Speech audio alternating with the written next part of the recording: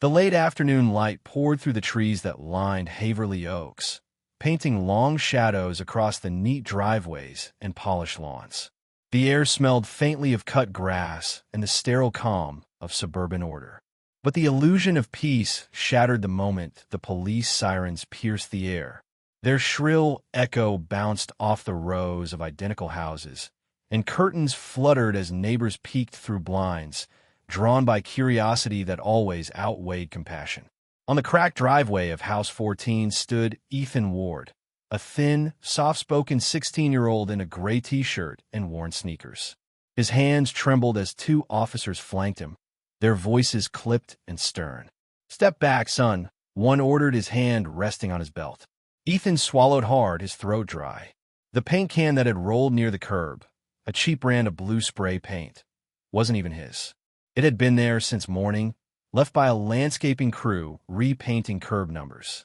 But now it sat like damning evidence between his feet, gleaming under the sunlight like a trap. Across the street, Gregory Malden, the HOA president, stood with his arms crossed, posture rigid and self-satisfied.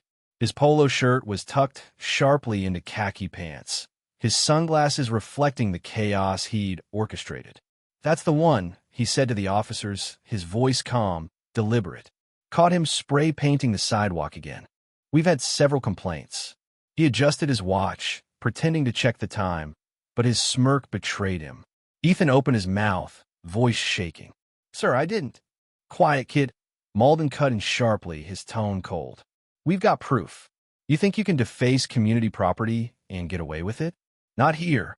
From a second-story window of the house across the street, Marcus Ward, Ethan's father, froze mid-step as the red and blue lights flickered against the glass. His reflection, distorted by the glare, stared back at him with disbelief. He recognized that voice instantly. Malden's arrogant cadence, that thinly veiled contempt disguised as community service. Marcus had dealt with it before. The violation notices, the late-night warnings, the condescending letters about grass height and driveway oil stains. But this was a different game. Calling the police on a teenager wasn't about rules. It was about power. Marcus's jaw tightened as he descended the staircase. Years of discipline steadied his movements. Every step measured, every breath slow. The rhythmic click of his shoes echoed against the marble floor, a stark contrast to the chaos unfolding outside. He could already picture Malden's smug grin, the way he thrived on spectacle, feeding off the attention of fearful neighbors. But what Malden didn't know, what he couldn't possibly know, was that Marcus Ward wasn't just a homeowner.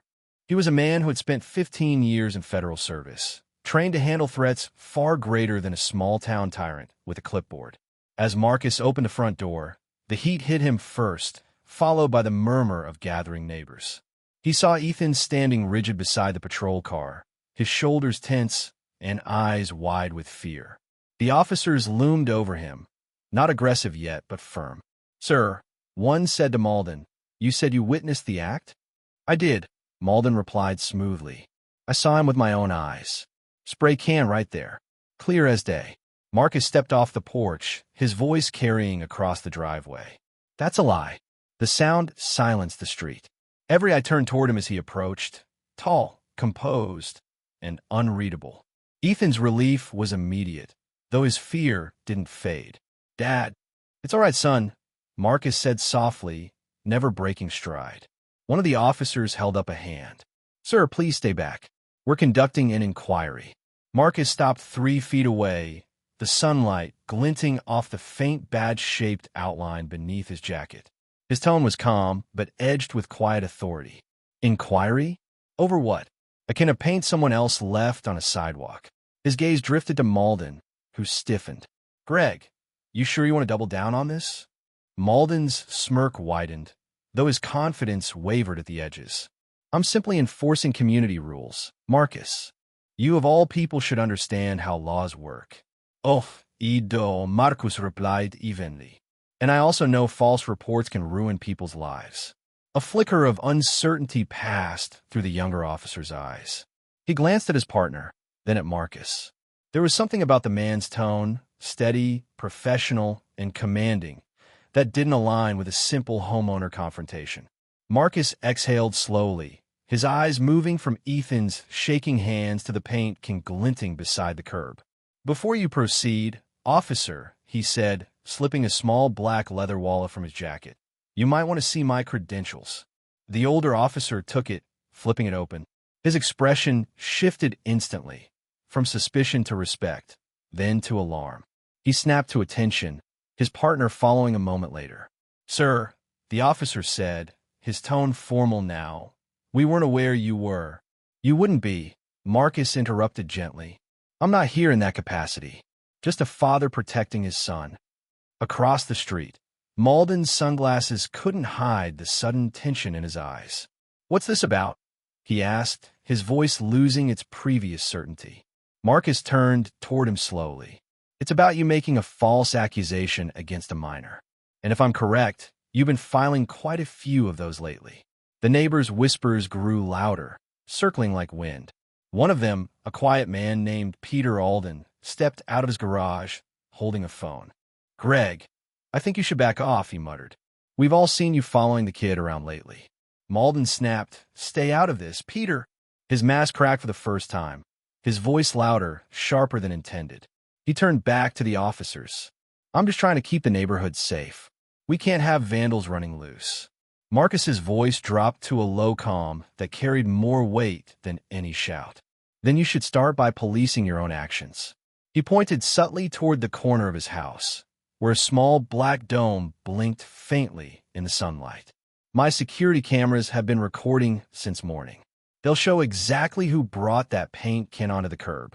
You might want to think carefully before this goes any further." Malden's mouth opened, then closed. A bead of sweat formed on his temple despite the breeze. "You're bluffing," he muttered. "Try me." The officers exchanged uneasy glances. "Mr. Malden," the senior one said carefully, "until we can verify footage, we're going to end this here. The boy's free to go." Ethan exhaled shakily, the sound breaking the tension like a snapped wire. He moved closer to his father, eyes red from holding back tears. Marcus rested a reassuring hand on his shoulder, never looking away from Malden. The man's composure crumbled further as the officers handed back Marcus's badge, saluting before stepping away. The gesture was small but devastating. It wasn't just respect, it was recognition. Marcus slid the badge back into his jacket, his movements deliberate, slow. "You've made a habit of targeting my family, Greg. But you crossed a line today." Malden tried to recover his bravado. "I was doing my duty as HOA president. You think that badge scares me?" Marcus's smile was faint but dangerous. "No, but the law behind it should." He turned to lead Ethan back toward the house, but just as they reached the porch, Ethan stopped and looked back. "Dad, he'll come after us again, won't he?" Marcus paused, his reflection flickering in the glass door.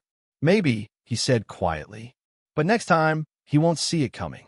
Behind them, Malden stood alone, the sun dipping lower, the weight of the neighborhood's stares pressing in on him.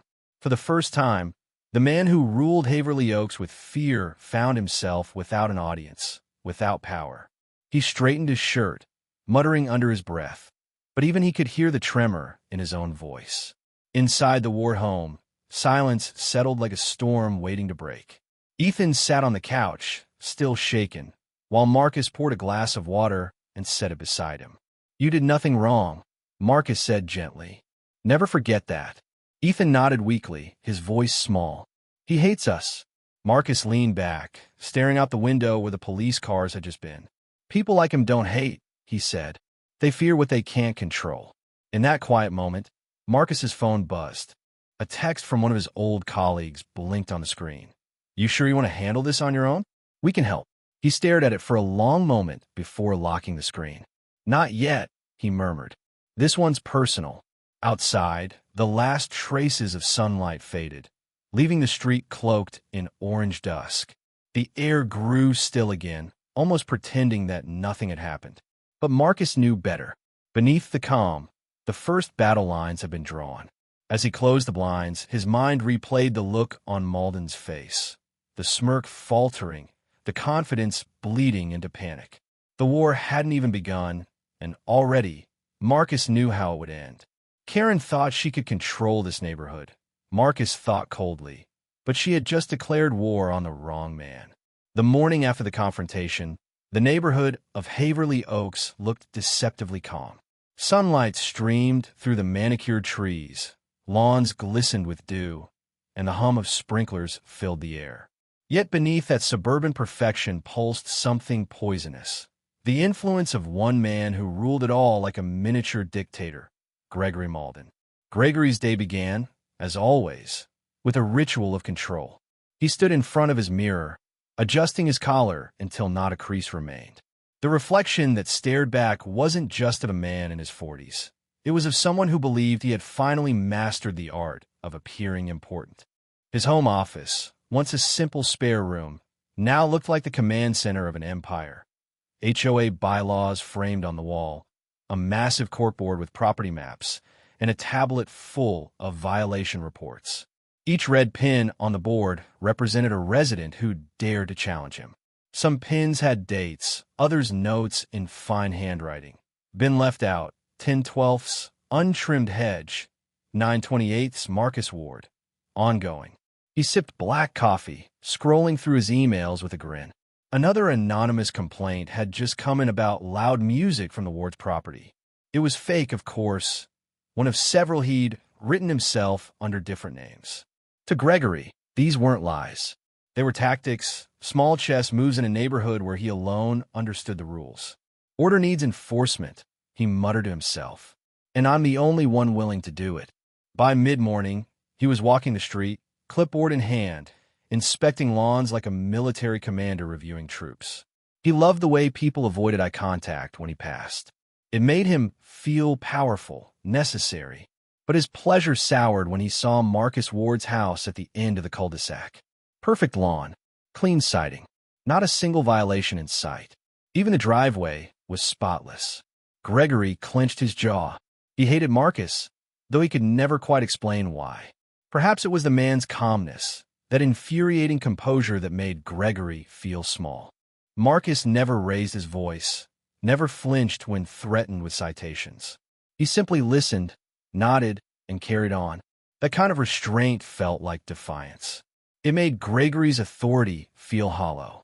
That afternoon, Gregory sat in the HOA office, a converted shed behind his house, with two of his board members, Harold Kent, a retired accountant too nervous to challenge anything, and Law Branson, a property investor who saw the HOA as his playground. "Gentlemen," Gregory began, folding his hands dramatically, "we need to talk about Ward." Harold looked up from his papers. "Marcus Ward? He hasn't missed a payment. His property's spotless." "Exactly," Gregory replied, his tone sharp. "That's the problem. He hides behind perfection. He thinks if he keeps his place clean, he can ignore the rules." Lyle chuckled. "Rules? You wrote half of them, Greg." Gregory ignored him. "He's undermining the HOA's authority. First, the incident with his kid. Now, refusing to attend meetings, questioning policies in front of others. We can't have that. If people see him getting away with it, they'll all start thinking they can." Harold hesitated. "Are you sure you're not taking this personally?" Gregory's eyes hardened. "When someone disrespects the system, they disrespect me." Silence followed. Then, slowly, Lal said, "So what's your plan?" Gregory leaned forward, a thin smile forming. "Pressure, paperwork, constant reminders that the HOA is watching. He'll get tired of it, maybe even sell. Everyone has a breaking point." The next morning, Marcus received 3 envelopes at once. A lawn edging violation, a trash bin timing notice, and a structural modification warning claiming his new patio lights weren't pre-approved. The absurdity almost made him laugh, almost. But Marcus didn't laugh. He filed them neatly in a folder labeled Malden. Every day brought more. Gregory made sure of it. Anonymous neighbor complaints, HOA inspection photos taken from the sidewalk, even letters demanding proof of Ethan's enrollment in school under a local district policy that didn't exist. Marcus watched the pattern unfold with cold precision. He said little, but he noticed everything. The identical language in the notices, the fake timestamps, the reused signatures. It wasn't just harassment. It was obsession. He's escalating, Marcus muttered one evening while reviewing the papers. And that means he's getting sloppy. Meanwhile, Gregory's confidence ballooned. He bragged aloud during their weekly lunch. He's quiet now. You see? You keep the pressure steady, and men like that crumble. He took a smug bite of his sandwich, completely unaware that 2 tables over sat a young HOA resident live streaming the conversation for her husband, who happened to be an attorney. That night, Marcus's phone buzzed with a message from an unknown number. Attached was a short video, Gregory Malden laughing about crushing the ward problem.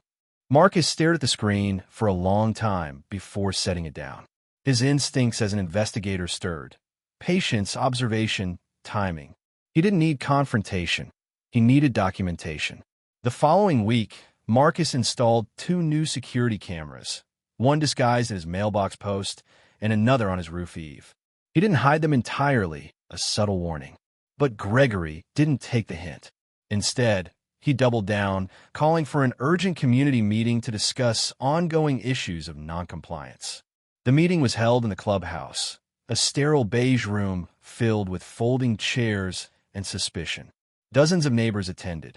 Gregory stood at the front, chest puffed, voice booming. Some residents believe they're above community standards, he declared. That ends now. His eyes flicked toward Marcus, who sat silently in the 3rd row, his expression unreadable. Mr. Ward, Gregory continued, pretending civility. Since you're here, perhaps you'd like to explain why your side yard has unapproved lighting? Marcus raised an eyebrow. You mean the solar lamps? The same ones listed in the HOA's own approved vendor catalog. Murmurs rippled through the room. Gregory's confident grin faltered, but he pressed on. Be that as it may, you failed to submit Form 19A for installation. Marcus folded his hands. Interesting. That form was discontinued 3 years ago. A few chuckles echoed. Gregory flushed red. He opened his mouth to recover, but Marcus cut in smoothly. Don't worry, Greg. I'll bring copies of your own rule amendments to the next meeting. You seem to have misplaced them. The crowd's laughter stung like a slap. Gregory ended the session early, storming out with Harold and while trailing behind. In the parking lot, he exploded. He's mocking me in public now. I'll find something. Everyone slips up eventually. But back home, the cracks in his empire widened. Residents began whispering, questioning fines, noticing inconsistencies in the budget. Harold, too timid to confront him directly, quietly emailed Marcus copies of old HOA records. They contained something strange. Large transfers from the HOA account labeled landscaping consultation, all approved by Gregory, none with receipts. Marcus didn't move immediately. He waited, letting Gregory grow more arrogant, more reckless. And reckless he became. The next morning, Marcus found another urgent violation taped to his door. This one accusing him of building an illegal structure. It referred to the small mailbox post he'd installed months earlier. But Gregory hadn't realized the irony. The camera hidden inside that very post had filmed him at 2 a.m., placing the notice there himself. That night, as Marcus replayed the footage, a faint smile crossed his face. The predator had just provided his own evidence. You'll hang yourself with your own rope, he murmured, saving the file. The next day, Gregory strutted through the neighborhood like a man untouchable, unaware that his downfall had already begun. Every smug step he took was another line in Marcus's growing dossier. Timestamps, recordings, bank records, witness statements. Gregory thought he'd won the war of intimidation. But he didn't realize that Marcus wasn't fighting yet. He was simply watching, documenting, waiting for the moment to strike. Late that evening, as the streetlights flickered on and the air filled with the faint hum of cicadas, Gregory sat on his porch, confident in his victory. He leaned back, sipping from his glass, and muttered to himself, he'll crack soon. They always do. But across the street, behind closed blinds, Marcus sat at his desk, eyes on his monitor, watching the live camera feed of Gregory's porch. His voice was calm, almost whispering, as he labeled another file folder Malden, Phase 2. He knew what was coming next. Gregory didn't. Every tyrant, Marcus thought as he filed another false notice into a folder, forgets that paper trails can become their downfall. The breaking point arrived quietly, disguised as another ordinary morning. The air was still, and a soft layer of mist hovered above the rooftops of Haverly Oaks. Birds perched on the telephone lines, unaware that the calm would shatter within minutes. When Marcus Ward opened his front door, coffee mug in hand, the sight that greeted him stopped him cold. Across his driveway stood a glaring orange barricade, marked in bold black letters, HOA enforcement, and no access. His mailbox, normally pristine and upright, was sealed shut with strips of red tape that read violation hold. A notice fluttered against it, stamped and signed by Gregory Malden himself. Marcus set the coffee on the porch railing and walked toward the obstruction, his measured footsteps crunching the gravel. A low murmur rippled across the street, neighbors peeking from behind curtains and hedges, their curiosity balanced with unease. The message was clear. Gregory had made this move to humiliate him. He crouched, examining the tape. It was freshly applied, still tacky from the night air. He looked up toward the nearest camera mounted on his porch, a small black dome glinting faintly in the morning light. Then he turned to the second one on the garage eave. Both were aimed perfectly toward the driveway. "All right, Greg," Marcus murmured under his breath. "Let's see how far you're willing to go." 2 hours later, in his home office, Marcus replayed the footage. The timestamp read 2:14 a.m., and there he was, Gregory Malden, wearing his usual navy polo and khakis, standing in the middle of Marcus's driveway with a flashlight.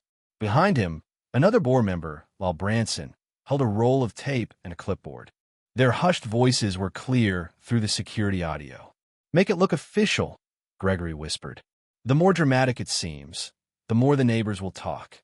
Lal hesitated. "Greg, maybe this is going too far." "He's already." Gregory cut him off.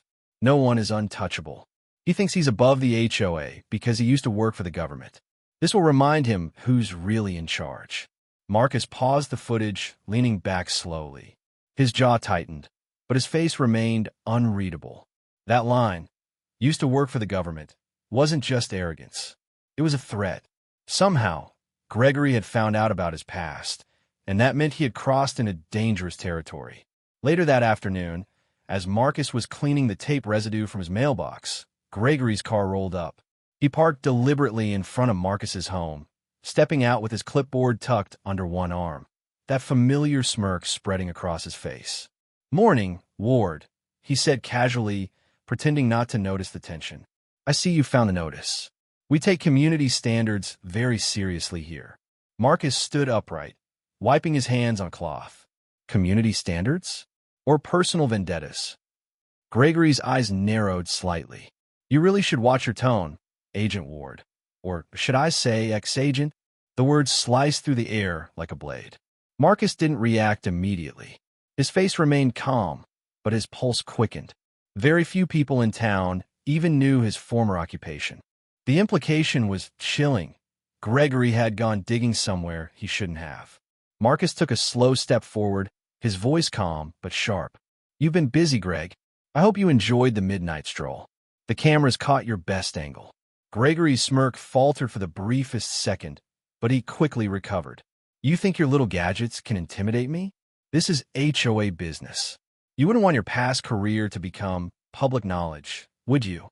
Marcus stared at him in silence for a long moment, the stillness so heavy that even the hum of the streetlight above seemed to fade. Then he said, quietly but firmly, "You've just filed your own warrant, Greg." Without another word, Marcus turned and walked back into his house, the door closing behind him with quiet finality. Gregory stood frozen for a moment, then forced a scoff and returned to his car, but unease clung to him like humidity. That evening, the neighborhood buzzed with rumors. Some said Marcus had threatened to sue the HOA. Others whispered that Malden had dirt on him. But behind the walls of Marcus's study, the truth was unfolding quietly, methodically. He sat before his computer, transferring the footage onto a secure drive, each file carefully labeled. Malden_2am, audio evidence_statement, mailbox tampering _clip. He opened an encrypted chat window on his laptop and sent the files to a private contact. The response came within minutes. Received. Reviewing tonight. This man doesn't know what line he just crossed. Outside, the night deepened. Marcus poured himself a cup of black coffee and stared out the window at the faint glow of Gregory's house across the street. For the first time, he noticed how often the lights there stayed on late. The constant pacing behind curtains, the silhouettes of men coming and going. Something wasn't right. The next morning, the fallout began. Gregory woke to a flurry of emails. Angry residents questioning why HOA funds were being used for enforcement operations. Someone had leaked images of the violation barricade to the neighborhood group chat, and the comments were brutal. This isn't enforcement, it's harassment. Why target the wards? I thought HOAs were supposed to protect property values, not start wars. Gregory slammed his laptop shut, muttering curses under his breath. He dialed Lyle's number. Who leaked those photos? No idea, Lile Estamerez. Maybe one of the neighbors saw us last night. Impossible, Gregory snapped. We were quiet. He hesitated, then added, unless he did it. That camera-loving freak. He's probably sitting there laughing. By noon, his paranoia had bloomed into rage. He marched to Marcus's house again, ignoring the stares of neighbors. Marcus opened the door before he could knock. Back so soon, Marcus said evenly. Gregory waved a document in his face. You're making me look like a fool in my own neighborhood. Do you have any idea who you're messing with? Marcus didn't even glance at the paper. Funny, I was about to ask you the same thing. Gregory jabbed a finger toward him. You think your fancy government badge scares me? You're not in charge anymore. I run this community. I'll bury you in violation notices if I have to. Then you'd better buy more ink, Marcus said calmly, stepping closer until their eyes met. Because every paper you file is another count of harassment on record. For the first time, Gregory faltered. He saw something in Marcus's eyes, not anger, but certainty, the kind of quiet confidence that came from knowing the law was on his side. Still, pride drove him to double down. Enjoy your little cameras, Gregory spat. They won't save you. They already have, Marcus replied softly. That night, as Gregory sat in his office, surrounded by stacks of paperwork, a cold dread crept into him. He tried to focus on drafting a new neighborhood improvement policy, but his thoughts kept drifting back to Marcus's tone, calm, assured, final.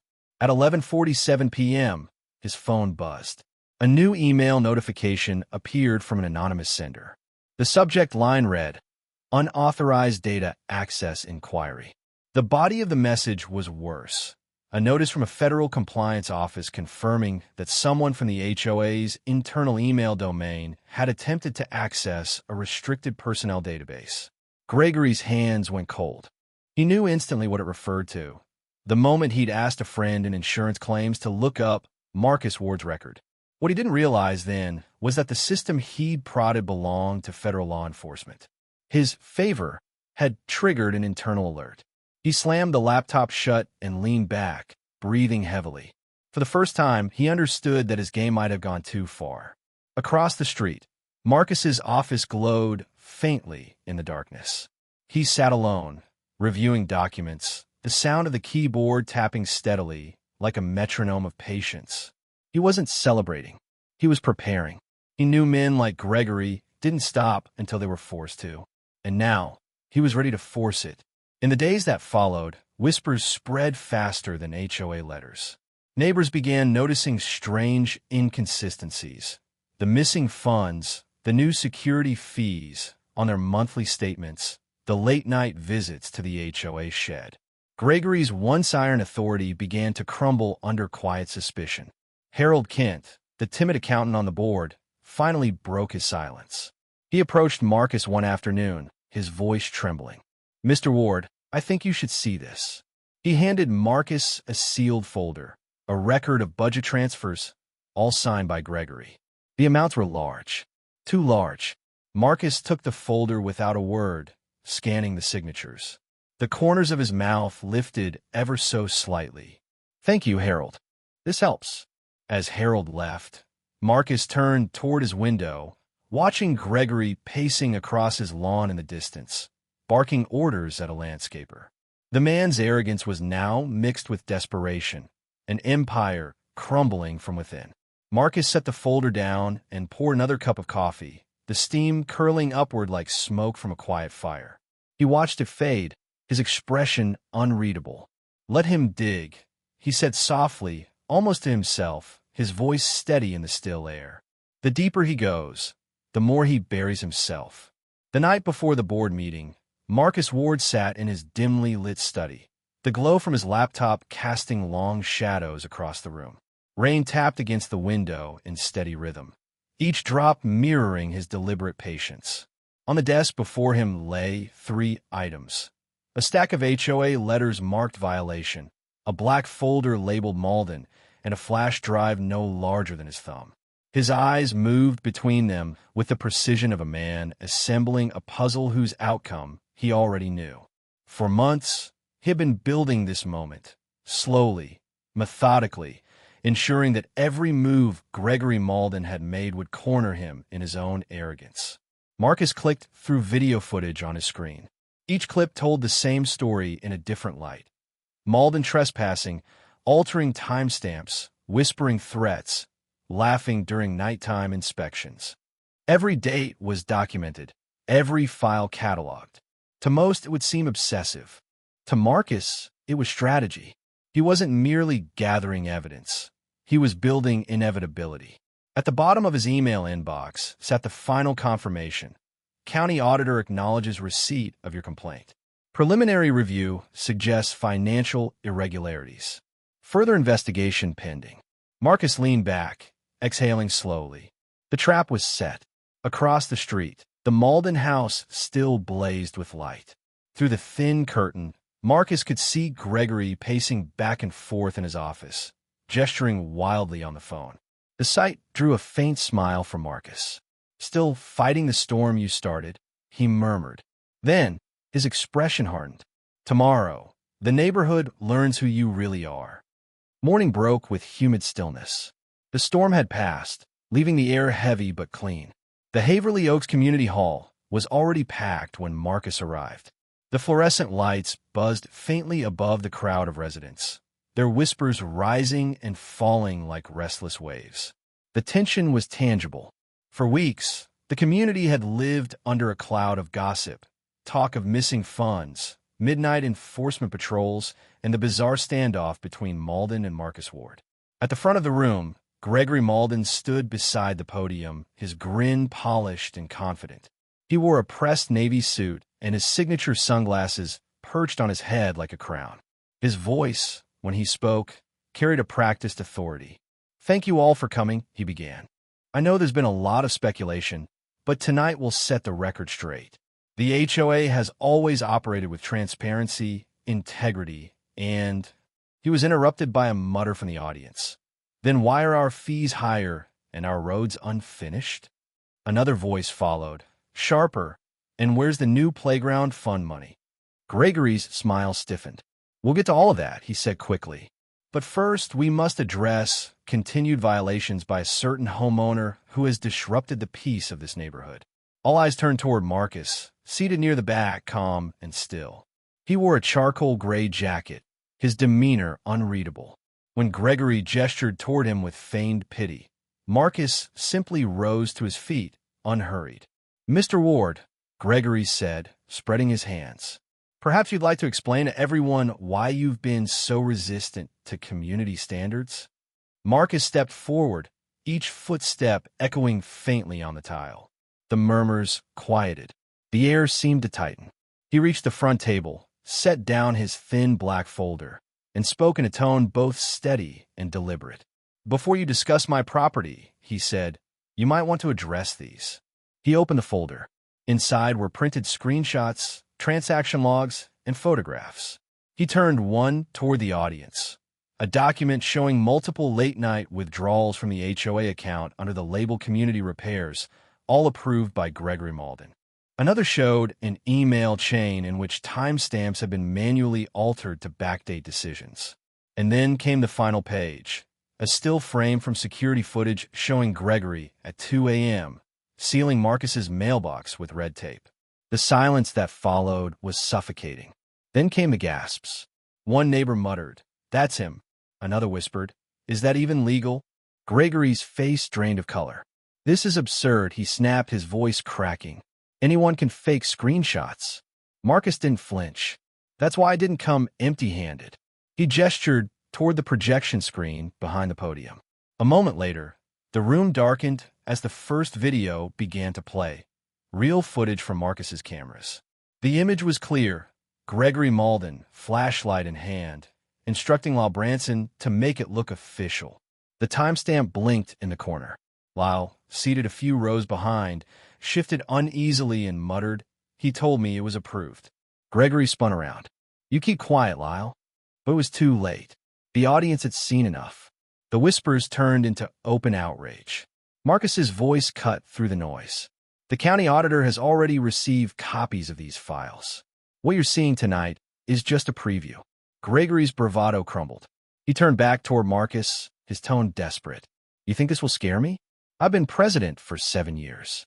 "You can't." 7 years, Marcus interrupted softly.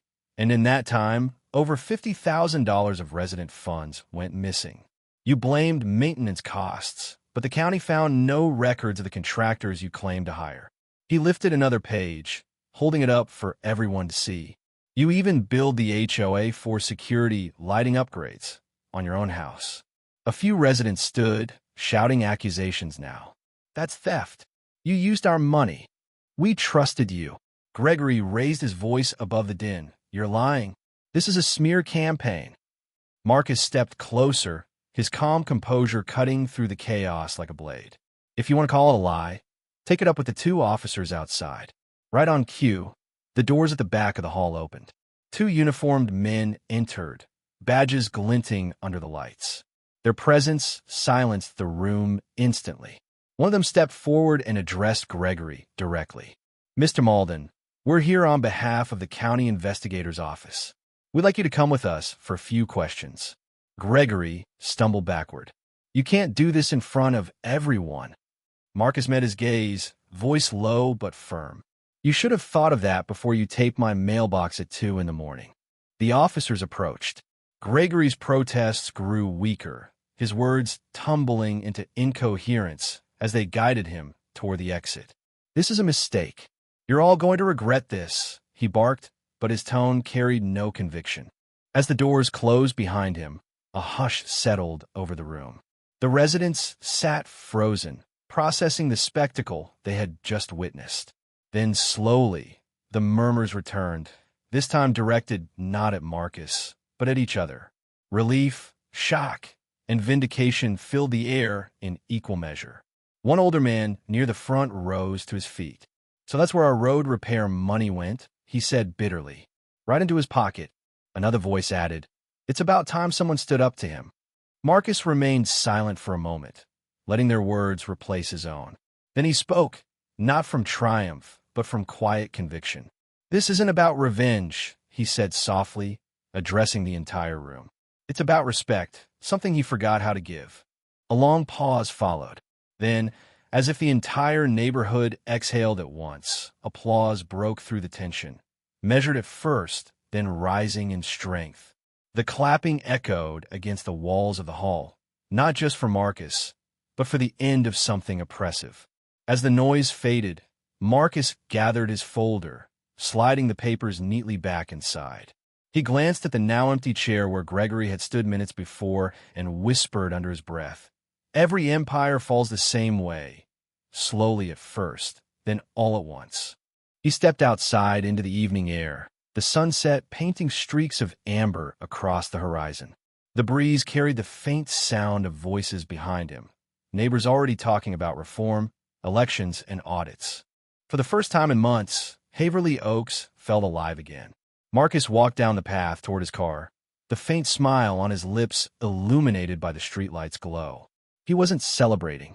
He was closing a chapter. At the end of the block, 2 county vehicles idled quietly.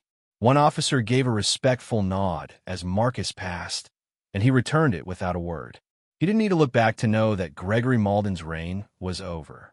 For Marcus, victory wasn't measured in applause or power. It was in the restoration of peace, of balance, of justice. He opened his car door, the metal cool beneath his fingers, and paused to take one last look at the neighborhood that had nearly been destroyed by one man's pride. "This isn't about revenge," he said softly, his voice barely louder than the whispering wind. "It's about respect, something you forgot how to give."